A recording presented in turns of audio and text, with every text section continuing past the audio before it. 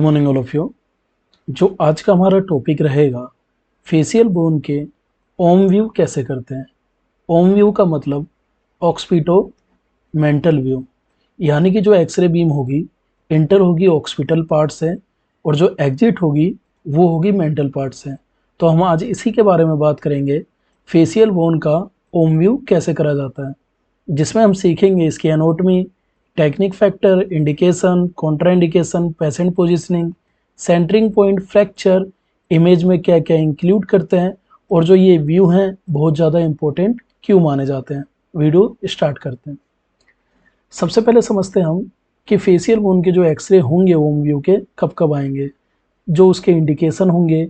Facial bone के fracture का किसी भी टाइप का अगर सस्पेक्ट है, जब इसे परफॉर्म करेंगे। मैक्सिला फ्रैक्चर देखने के लिए करेंगे, जैगोमेटिक बोन का हो गया, जैगोमेटिक आर्च फ्रैक्चर हो गया, ऑर्बिटल फ्लोर फ्रैक्चर हो गया, नेजल रीजन के असेसमेंट के लिए, पीएनएस व्यू को एग्जामिनेशन करने के लिए, या मिड फेस जो ट्रोमा है उसे इवेलुएट करने के लिए इस व्यू को परफॉर्म करते हैं। अगर हम बात करें, जितने भी आप सभी के सामने जो इंडिकेशन लिखे हुए हैं, इसका सेपरेट सेपरेट भी स्पेशल व्यू करवाया जाता है और ओवरऑल हमने कम से कम सारे व्यू को स्पेशल में भी एक्सप्लेन कर चुके हैं। आज फेशियल बोन इसलिए हम डिस्कस करने जा रहे हैं व्यू को, क्योंकि एक सिंपल व्यू माना जाता है किसी भी पेशेंट के लिए कि जब भी हमारे पास कोई भी एक्सरे है तो फेशियल बोन के जैसे ही एक्सरे करते हैं तो हमारे सामने जितने भी फेशियल पार्ट है, जो भी उसकी बोन है, वो सारे हमारे सामने उसकी एनाटॉमी क्लियर हो जाती है। जैसे कि मैक्सिला आने वाले टाइम में वीडियो इसकी आने वाली है, zygomatic bone, zygomatic arch video बन चुकी है, ऑर्बिटल फ्लोर के ऊपर कम से कम 4 वीडियो है, नेजल रीजन के ऊपर वीडियो है, मिड फेस ट्रोमा आज समझा रहे हैं। जो पीएनएस व्यू है, पीएनएस व्यू की 1 से 2 दिन में वीडियो इसकी आना स्टार्ट हो जाएगी। अगर हम बात करें इसके जो कॉन्ट्रा इंडिकेशन, यानी कि कब कब इस केस को हम अवॉइड करते हैं, तो जब पेशेंट बहुत ज़्यादा सीवियर ट्रोमा केसेस में हो, जब इसे अवॉइड करेंगे। जहाँ पे पेशेंट अनेबल हो बैठने में, या साथ में बोले कि जो नेक हो उसे एक्सटेंशन या फ्लेक्शन करने में असमर्थ हो, जब इस केस को हम अवॉइड करेंगे।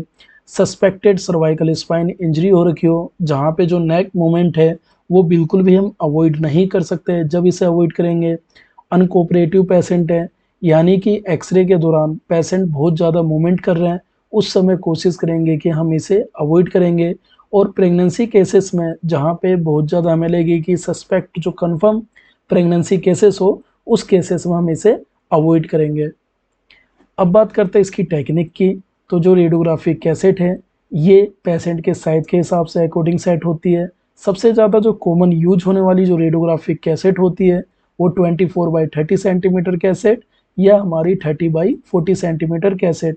यानी कि अगर इसे इंच में कन्वर्ट करते हैं तो हमारे सामने या तो 10/12 इंच की कैसेट का यूज होता है सबसे ज़्यादा, या हमारे सामने जो 11/14 इंच की कैसेट है उसका यूज होता है। और बच्चों के लिए कभी कभी हमारा 8/10 इंच की कैसेट का भी यूज होता है। 3 तरीके से कर सकते हैं, पहला बक्की में रेडियोग्राफिक कैसेट को इंसर्ट करके, दूसरा टेबल टॉप के ऊपर, तीसरा वर्टिकल कैसेट होल्डर के ऊपर। सबसे ज़्यादा जो यूज होते हैं फेशियल बोन का, वो हमारे वर्टिकल कैसेट होल्डर के ऊपर इस व्यू को परफॉर्म करते हैं। जैसे कि यहाँ पे आप देख सकते हैं कैसेट होल्डर के अंदर हमारी जो रेडियोग्राफिक कैसेट है वो होल्ड है। एफएफडी की बात करेंगे, यानी कि जो फोकल टू फिल्म डिस्टेंस है 100 सेंटीमीटर, यानी कि 40 इंच तक एक इसके एवरेज है। किलो वोल्टेज पिक की बात करेंगे तो 65 से 85 मिली एम्पेयर सेकेंड की बात करेंगे तो 16 से 40 एक एवरेज है। और पेशेंट के साइज पे भी डिपेंड करता है। केवीपी आप अगर 70 या 72 रखते हैं तो जो मिली एम्पेयर सेकेंड होगा, इसे आप 14, 16, 18 का भी यूज करते हैं तो हमारे सामने जो एक्सरे होंगे वो क्लियर तरीके से परफॉर्म होंगे। मेन होता है हमारा जो मेजर होता है वो केवीपी डिपेंड करती है। मिली एम्पेयर सेकेंड चाहे आप कितना भी रख लें, व्यू हमारी क्लियर आ सकती है। अब बात करते हैं कि व्यू को करते समय कौन कौन सी हमसे गलतियां होती हैं। सबसे पहले जो हेड का रोटेशन है, ये जो हम हेड का रोटेशन देख रहे हैं, जैसे यहाँ पे हम 45 डिग्री का एंगल देख रहे हैं, यहीं पे 5 या 10 या 25 डिग्री तक एंगल होना, जब हो सकता है कि जो हमारे सामने इमेज चाहिए वो हमारे सामने क्लियर ना हो। जो इनकरेक्ट चिन जो पोजीशन है, यानी जो चिन वाला एरिया है, इसका जो पोजीशन है वो गलत तरीके से रखना। जो ऑर्बिटल मीटल बेस लाइन है उसका एंगल इनकरेक्ट होना, पेट्रस रीज जो होता है वो मैग्जिलरी साइनस के ओवर में कहीं ना कहीं सुप्रीम पोजीशन हो जाता है, रोंग सेंटरिंग पॉइंट होना, पैसेंट मूवमेंट की वजह से जो हमारी ब्लर होती है, जो मोशन ब्लर होते हैं उसके बहुत ज़्यादा चांस होते हैं। तो ये हमारे कुछ कॉमन मिस्टेक होते हैं जो फेशियल बोन के एक्सरे करते समय सबसे ज़्यादा दिखाई देते हैं। अब बात करते हैं कि जो पेशेंट की पोजीशनिंग होगी वो क्या होगी, थोड़ा सा इसे डिटेल से समझेंगे। यही हम 3 से 4 मिनट में एक्सप्लेन करेंगे कि सबसे ज़्यादा मेन रोल इसी का है। पहले मैं स्लाइड को एक्सप्लेन कर देता हूँ। जो हमारे पेशेंट होंगे वो इरेक्ट पोजीशन में हम इसे करवा सकते हैं, चाहे सिटिंग इरेक्ट में या सुपाइन पोजीशन में भी हम ट्रोमा केसेस में इस कंडीशन में एक्सरे को करवाते हैं। फेस जो होगा हमारा इमेज रिसेप्टर के साइड होगा, चिन होगा इमेज रिसेप्टर के ऊपर प्लेस करना है, नोज को स्लाइटली हमें दूर करना है इमेज रिसेप्टर से, जो एमएसपी लाइन होगी वो परपेंडिकुलर होगी हमारी इमेज रिसेप्टर के, जो ऑर्बिटोमीटल बेस लाइन है हमारी इमेज रिसेप्टर के जो एंगल होगा वो 37 डिग्री से लेके 45 डिग्री तक इसका एंगल माना जाता है। माउथ को यूजली जो क्लोज करके व्यू लिया जाता है और कभी कभी जो माउथ है ओपन करके भी हम इस व्यू को परफॉर्म कर सकते हैं। अब इसे समझते हैं डिटेल में।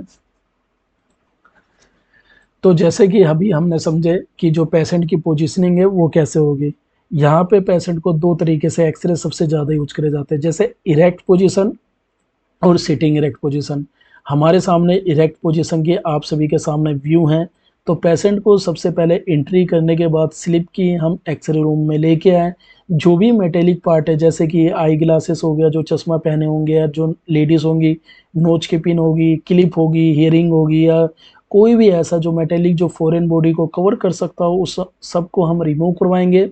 जब इतना पार्ट हो जाएगा तो दूसरे में जो हमारा फेस होगा, यानी कि जो फेस वाला एरिया, ये फेस का स्ट्रक्चर ये हमारे इमेज रिसेप्टर के कांटेक्ट में जाएगा। चिंग को इमेज रिसेप्टर के ऊपर हमें प्लेस करना है।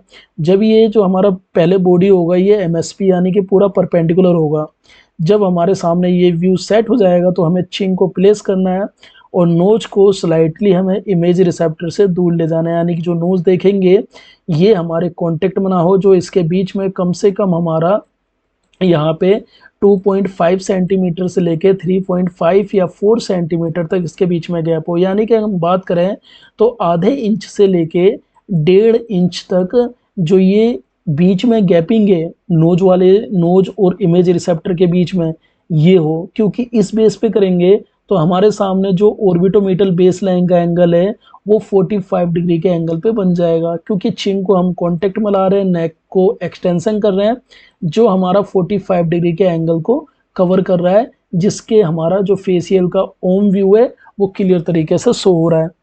जब इतना हम एरिया कर लेंगे तो हमारे सामने जो मिड सैजिटल जो प्लेन होगा, यानी कि जो एमएसपी लाइन होगी, यानी कि बॉडी को अगर ये बॉडी है हमारी, ये हमारा अगर राइट हो गया ये लेफ्ट हो गया, तो जो बीच में से दो डिवाइड करते हैं राइट एंगल और लेफ्ट एंगल को, ये जो हमारा एमएसपी पार्ट है ये हमारा इमेज रिसेप्टर के परपेंडिकुलर होगा। जो ऑर्बिटोमीटल बेस लाइन है इसके बेस पे जो हम एंगल रखेंगे वो 37 डिग्री से लेके 45 डिग्री तक इसके एंगल को रखा जाता है। कभी कभी 40 एंगल भी रखा जाता है, कभी 42 भी रखा जाता है, 45 भी रखा जाता है। एंगल को मेजरमेंट करने के लिए एक स्केल आता है, उससे भी आप मेजरमेंट कर सकते हैं।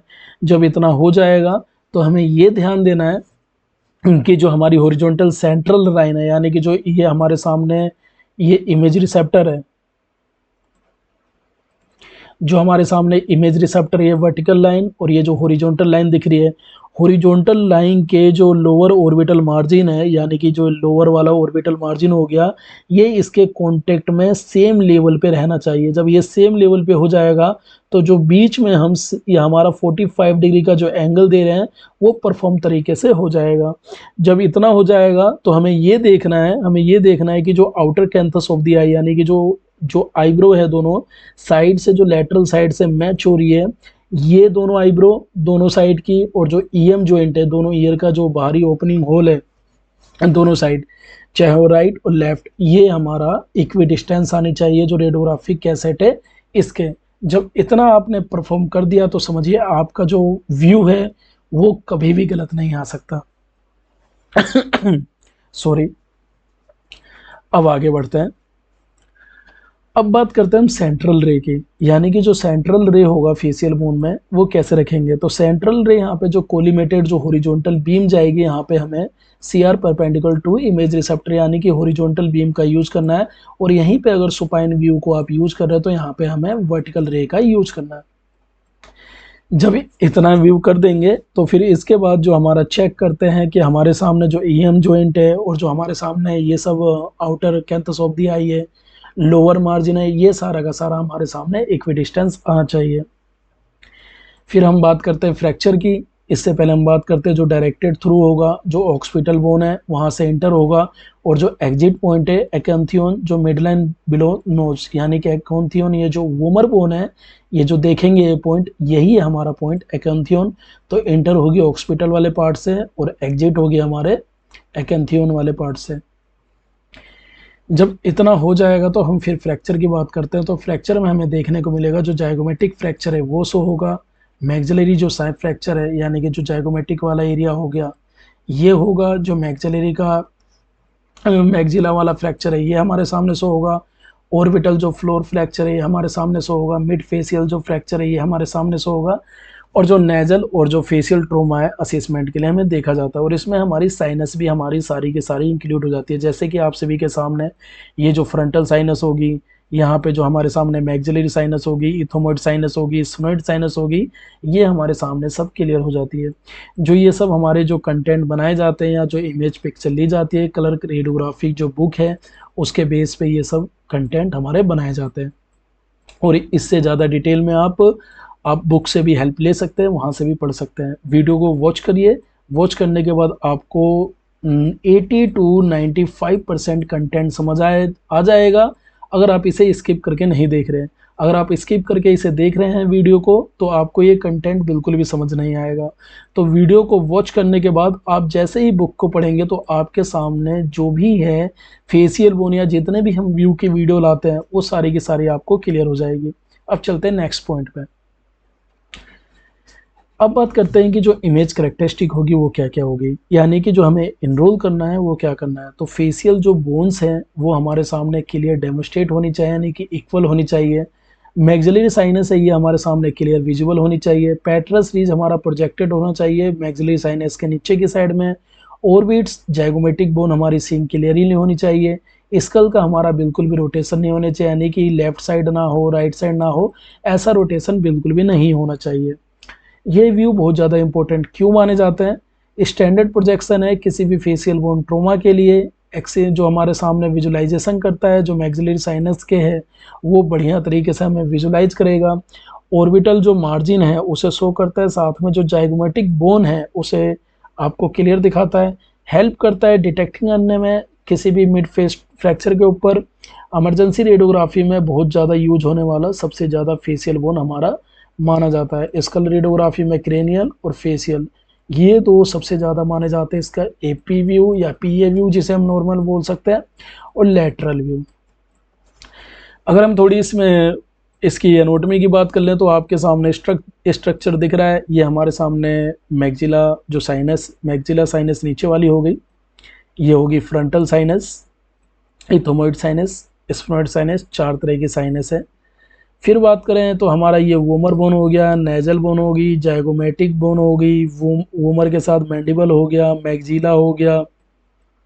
फिर जो यहाँ पे लैक्रिमल होगी, यहाँ पे फिर आपका साइड में इंफीरियर नेजल कोंका हो गया, प्लेटिन बोन होगी।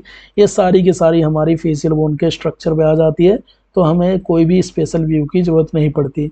यहीं पे हमें लगता है कि कोई भी अगर नेजल बोन के पास डाउट है या जाइगोमेटिक आर्च के पास डाउट है या मैक्सिला के पास डाउट है या हमारा मैंडिबल के पास कोई भी तरह का डाउट है फ्रैक्चर का, फिर हम स्पेशल स्टडी को करते हैं, उसमें डिटेल तरीके से हम इस व्यू को परफॉर्म करते हैं। तो हमारे सामने जो फेशियल बोन है इसकी स्टडी कंप्लीट होती है। प्रीवियस वीडियो में हमने इसके लैटरल व्यू को समझाया, और जो आज इसका वीडियो था ऑक्सीपिटोमेंटल व्यू का, इसके 3-4 व्यू और माने जाते हैं। जैसे यहाँ पे हम व्यू के साथ साथ जो हमारा बेस होगा, मैं एक बार और समझा दूँ, जो बेस होगा यहाँ पे एक माना जाता है हमारा 30 डिग्री कोडल व्यू के नाम से जाना जाता है। ओम व्यू 30 डिग्री कोडल व्यू, यानी कि एंगल देके 30 डिग्री का एंगल रखेंगे, फिर इसके साथ माना जाता है हमारा रिवर्स माना जाता है, यानी कि क्रेनियल माना जाता है। सेम होता है हमारे सामने जो हमारा होगा ऑक्सीपिटोमेंटल व्यू, ये हमारे 30 डिग्री जो होगा क्रेनियल की साइड में एंगल देंगे, पेशेंट सुपाइन में लेटे होंगे। फिर इसके साथ साथ जो एंगल देंगे क्रेनियल यानी कि हेड की साइड देंगे। फिर इसके साथ हमारे और भी माने जाते हैं, जैसे लैटरल व्यू हम समझा ही चुके हैं, ओम व्यू समझा ही चुके हैं। ये 4 व्यू फेशियल बोन के कॉमन माने जाते हैं। तो हमारे सबसे ज़्यादा यूज होने वाले लैटरल और फेशियल बोन। और एंगल दे के 30 डिग्री का आप कोडेड एंगल दे सकते हैं डिक्रीज की साइड, और 30 डिग्री का क्रेनियल का एंगल दे सकते हैं। आई होप ये वीडियो आपको पसंद आई हो। वीडियो अच्छी लगी हो लाइक करना, सब्सक्राइब करना, अपने दोस्तों के साथ शेयर करना। मिलते हैं नेक्स्ट वीडियो में। थैंक